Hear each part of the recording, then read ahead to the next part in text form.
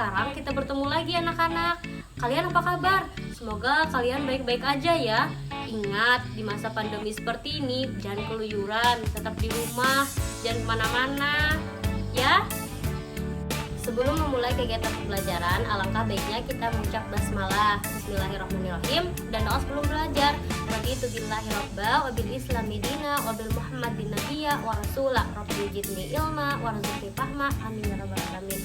Alhamdulillah, semoga dengan membaca doa sebelum memulai pembelajaran, kita mendapat ridho dan keberkahan ilmu ya anak-anak. Kalian masih ingat nggak yel-yel kita kemarin? Ayo kita nyanyikan sebelum memulai pembelajaran. Ikut ibu ya, kita sama-sama. 1, 2, 3. Pakai masker, cuci tangan, hindari jabat tangan, hindari kerumunan tanpa ada kepentingan. Wah, kalian hebat sekali. Anak-anak, kalian tahu nggak hari ini kita akan mempelajari apa? Hari ini kita akan mempelajari tentang perilaku atau sifat tercela, yaitu marah. Kalian tahu kan apa itu marah? Iya benar, malah marah itu seringkali terjadi pada kita. Kita bisa marah ketika kita dibully dan sebagainya. Ketika mainan kita direbut, kita juga bisa marah kan? Nah, untuk lebih jelasnya, kita akan mempelajari sifat marah ini lebih lanjut. Sifat marah adalah sifat tercela dan sangat tidak disukai oleh Allah dan harus kita hindari. Sebagai seorang muslim, kita harus menjauhi sifat marah ini, terutama ketika marah berlebihan. Marah memang boleh, karena marah adalah sifat yang telah diturunkan Allah pada manusia. Itu sudah fitrahnya manusia mempunyai rasa marah. Nah, anak-anak, banyak sekali hal yang menyebabkan kita marah. Seperti halnya ketika kita dibully, kita dibohongi, atau karena kita dimarahi tanpa sebab, kita juga dapat marah. Nah, marahnya kita itu dapat berakibat pada perbuatan keji. Makanya dalam Islam kita dilarang untuk marah secara berlebihan. Nah, contoh yang tadi, marah ketika dibully. Anak-anak pernah nggak marah ketika dibully? Tentunya ya, kalian pernah marah ketika dibully. Nah, ketika marah itu, maka sebaiknya kita meredam amarah kita, menahan amarah kita, dan tidak perlu meluapkannya sebanyak mungkin, karena marah itu dilarang oleh Allah dan Rasulullah. Lantas, bagaimana caranya kita menghindari marah? Dan bagaimana kita mengatasi marah ketika kita sudah terlanjur marah? Nah, di sini dikatakan Rasulullah itu menganjurkan kita, yang pertama, ketika kita marah, maka kita sebaiknya duduk terlebih dahulu, jangan berdiri. Nah, kemudian ketika kita duduk, maka kita mengucapkan ta'awudz atau memohon perlindungan kepada Allah dengan mengucapkan a'udzubillahi minasyaitonirrajim, karena marah itu datangnya dari syaitan. Makanya kita berlindung kepada Allah dengan mengucapkan a'udzubillahi minasyaitonirrajim, yang berarti aku berlindung kepada Allah dari godaan syaitan yang terkutuk. Rasulullah Shallallahu Alaihi Wasallam pernah bersabda dalam hadis riwayat Bukhari dan Muslim yang berbunyi bahwa saya mengetahui satu kalimat yang dimana ketika kalimat itu disebutkan, maka marahnya orang akan hilang. Apa kalimat itu? Yaitu a'udzubillahi minasyaitonirrajim. Ketika dia mengatakannya, maka rasa marahnya akan hilang. Hadis riwayat Bukhari dan Muslim. Ketika kita sudah terlanjur marah atau berkelahi dengan adik kita atau dengan teman sekelas kita, nah, ketika kita sudah mengucapkan ta'awudz tadi, maka langkah kedua yang kita lakukan ketika sudah terlanjur marah adalah meminta maaf pada orang tersebut. Temui dia, lalu meminta maaf kepadanya. Ingat ya anak-anak, meminta maaf itu mulia, jangan malu. Ketika mainan kita direbut nih, kita marah kan? Nah, anak-anak, ketika kita sudah terlanjur marah sampai terjadi pertengkaran, maka yang harus kita lakukan tadi apa?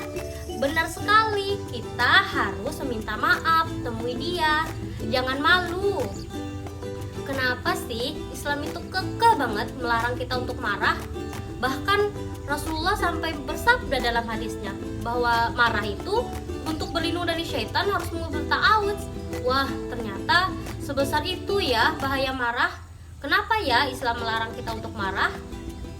Dalam Quran Surah An-Nur ayat 21, Allah Subhanahu wa Ta'ala telah berfirman, A'udzu billahi minasy syaithanir rajim. Bismillahirrahmanirrahim. Ya ayyuhalladzina amanu la tattabi'u khutuwati syaitan wa may yattabi' khutuwati syaitani fa innahu ya'muru bil fahsya'i wal munkar. Artinya, wahai orang-orang yang beriman, janganlah kamu mengikuti langkah-langkah setan. Barang siapa mengikuti langkah-langkah setan, maka sesungguhnya dia, setan itu, menyuruh mengerjakan perbuatan yang keji dan mungkar. Quran Surah An-Nur ayat 21. Adapun akibat buruk dari marah. Anak-anak pernah nggak sih melihat orang tua atau teman-teman kita marah? Apa yang terjadi pada mereka? Mereka tidak mampu mengendalikan emosinya. Bahkan mungkin ada benda yang di tangannya akan dilemparnya. Siapapun yang ada di dekatnya akan dihantamnya. Nah, itu adalah perbuatan keji dari marah. Makanya di mana Islam mengajarkan kita untuk menahan amarah kita. Nah, dan hadis Rasulullah pun mengatakan bahwa ketika kita marah tadi, maka kita harus berta'awudz. Nah, dengan di sini dapat disimpulkan bahwa marah itu berbahaya, anak-anak. Anak-anak, ibu akan menampilkan video bagaimana seharusnya kita menanggulangi marah, kita menahan amarah. Nah, semoga anak-anak dapat mengambil pelajaran dari video ini ya.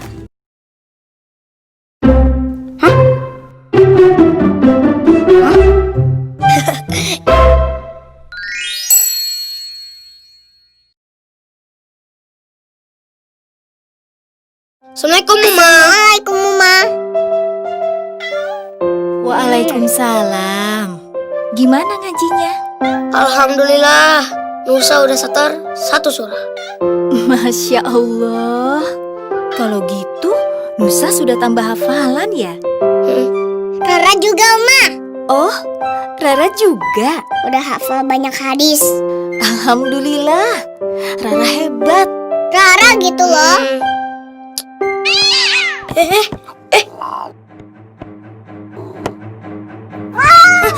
Anta! Stop. Jangan gerak.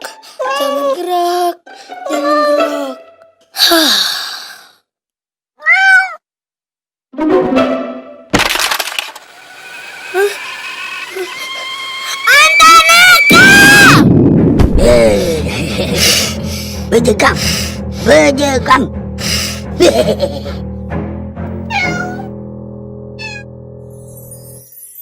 Apa? Dasar kucing nakal. Nusa, Anta juga kan gak sengaja. Mainan kesayangan Nusa kan rusak. Nakal. Bad Kitty. Jangan diulang lagi, Anta. Kansa. Letak dok pola kau jana. Janganlah kamu marah. Niscaya bagimu surga. Gak bisa. Nusa tetap marah. Kansa, ayo duduk. Gitu dong. Itu kan hadiah dari Abah. Roket langka tahu. Masih marah nih. Kansa sekarang tiduran deh. Kamu ngapain sih? Nyuruh Nusa tidur? Masya Allah, Nusa. Yang dibilang Rara itu hadis Rasul untuk menghindari amarah. Niat adikmu itu baik. Marah itu kan asalnya dari setan dan sangat tidak disukai Allah.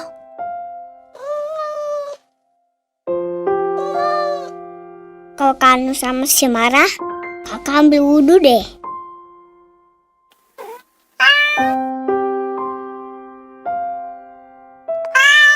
Astagfirullahaladzim. Iya, Nusa maafin deh. Nusa gak mau marah lagi. Dasar kucing gembul.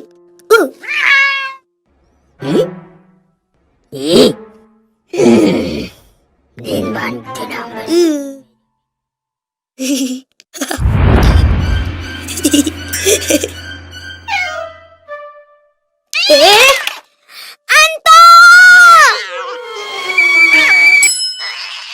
Nusa, udah aja deh.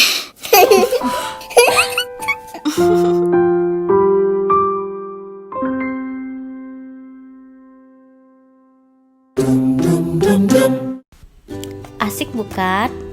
Bagaimana setelah menonton video tadi, banyak kan yang kita dapatkan pembelajarannya? Bagaimana ketika kita marah? Apa seharusnya sikap kita ketika marah? Nah, anak-anak, jangan lupa ya bahwa marah itu sangat berbahaya. Dan marah yang berlebihan itu sangat tidak baik. Banyak sekali sebab-sebabnya mengapa kita harus menghindari marah. Oke, banyak itu kita akan bahas di sini. Kenapa kita harus tidak marah? Marahnya adalah berlebihan ya anak-anak. Bukan marah seperti biasa. Karena marah seperti biasa itu tidak apa-apa. Karena memang kita manusia. Jadi sewajarnya kita marah. Yang dilarang itu marah yang berlebihan. Adapun akibat yang pertama adalah menanamkan permusuhan. Ketika kita marah, kemudian kita bertengkar dengan teman kita, apa yang akan terjadi? Maka kita mungkin saja tidak akan berteman lagi keesokan harinya dengannya. Karena apa? Sifat dendam dan amarah pada manusia itu bergejolak sehingga muncullah sifat rasa permusuhan. Makanya jangan marah anak-anak. Akibat yang kedua adalah hancurnya sesuatu. Sesuatu atau barang yang ada di dekat kita ketika marah, maka kita akan menghantamnya, menghempaskannya kemanapun kita mau, karena kita tidak mampu menahan amarah kita dan ingin meluapkannya ke benda-benda yang ada di dekat kita. Apa kekurangannya? Nah, apa yang terjadi ketika kita menghancurkan benda? Maka kita akan mengalami kerugian. Misalnya nih, kita menghancurkan cermin yang ada di dekat kita. Apa jadinya? Bisa-bisa mubazir kan, cermin itu membeli dan membuang atau merusak sesuatu yang baik-baik saja dalam kondisinya, itu adalah sesuatu yang mubazir. Nah, padahal kan mubazir itu tidak boleh. Mubazir itu temannya syaitan. Kemudian sebab buruk yang ketiga adalah munculnya kata-kata kotor yang menyakitkan hati. Wah, gimana ya perasaannya ketika kita marah, kemudian kita melontarkan sesuatu yang tidak pantas kita katakan, dan teman kita mendengar itu dan terbawa kepikiran sampai nggak bisa tidur. Misalnya, kok dia bisa ya ngomongin aku begini. Nah, bahaya loh kalau sakit hatinya teman-teman kita itu. Ingat, doa orang yang terzolimi itu dikabulkan. Kemudian sebab apa yang terjadi ketika kita marah lagi? Orang tidak menyukai kita. Orang-orang akan takut berteman pada kita. Orang-orang juga akan menghindari kita karena takut dengan sifat pemarahnya kita. Merugikan bukan? Dan akibat buruk yang terakhir dari marah adalah kita dimurkai oleh Allah. Anak-anak, jangan sampai kita dimurkai oleh Allah. Bahaya, karena hidup kita di dunia ini untuk apa? Mencari keridhaan Allah. Apa jadinya jika Allah marah? Jangan sampai Allah marah ya anak-anak. Kita harus meredam marah, karena Allah tadi marah dalam firman-Nya. Ingat, dalam firman surah apa tadi? Benar, dalam Quran An-Nur ayat 21. Terima kasih anak-anak, kalian hebat hari ini. Ingat, kesimpulannya apa? Kita jangan pernah marah, hindari marah. Kemudian kita harus berusaha meredam amarah kita. Dengan apa tadi? Benar, dengan berta'awudz. A'udzubillahi minasyaitonirrajim. Kemudian ketika kita sudah berta'awudz, maka sebaiknya kita duduk agar kita tidak dimasuki syaitan, karena orang yang berdiri mudah dirasuki syaitan. Kemudian jika masih saja kita marah, maka kita harus mengambil wudhu. Benar anak-anak, kalian pintar sekali. Ya, karena waktu kita sudah habis. Terima kasih untuk pembelajaran hari ini. Terima kasih sudah mendengarkan Ibu. Jangan lupa belajar di rumah, tetap jaga kesehatan. Jangan mondar-mandir keluar dan keluyuran. Tetap di rumah, pakai masker. Datang dari luar, cuci tangan. Kemudian ketika banyak orang, hindari kerumunan. Ingat ya anak-anak. Sekian dari Ibu, kurang lebihnya Ibu mohon maaf. Semua kekurangan dan kesalahan berasal dari Ibu sendiri. Semua kebenaran hanyalah milik Allah semata. Sekian dari Ibu. Assalamualaikum warahmatullahi wabarakatuh.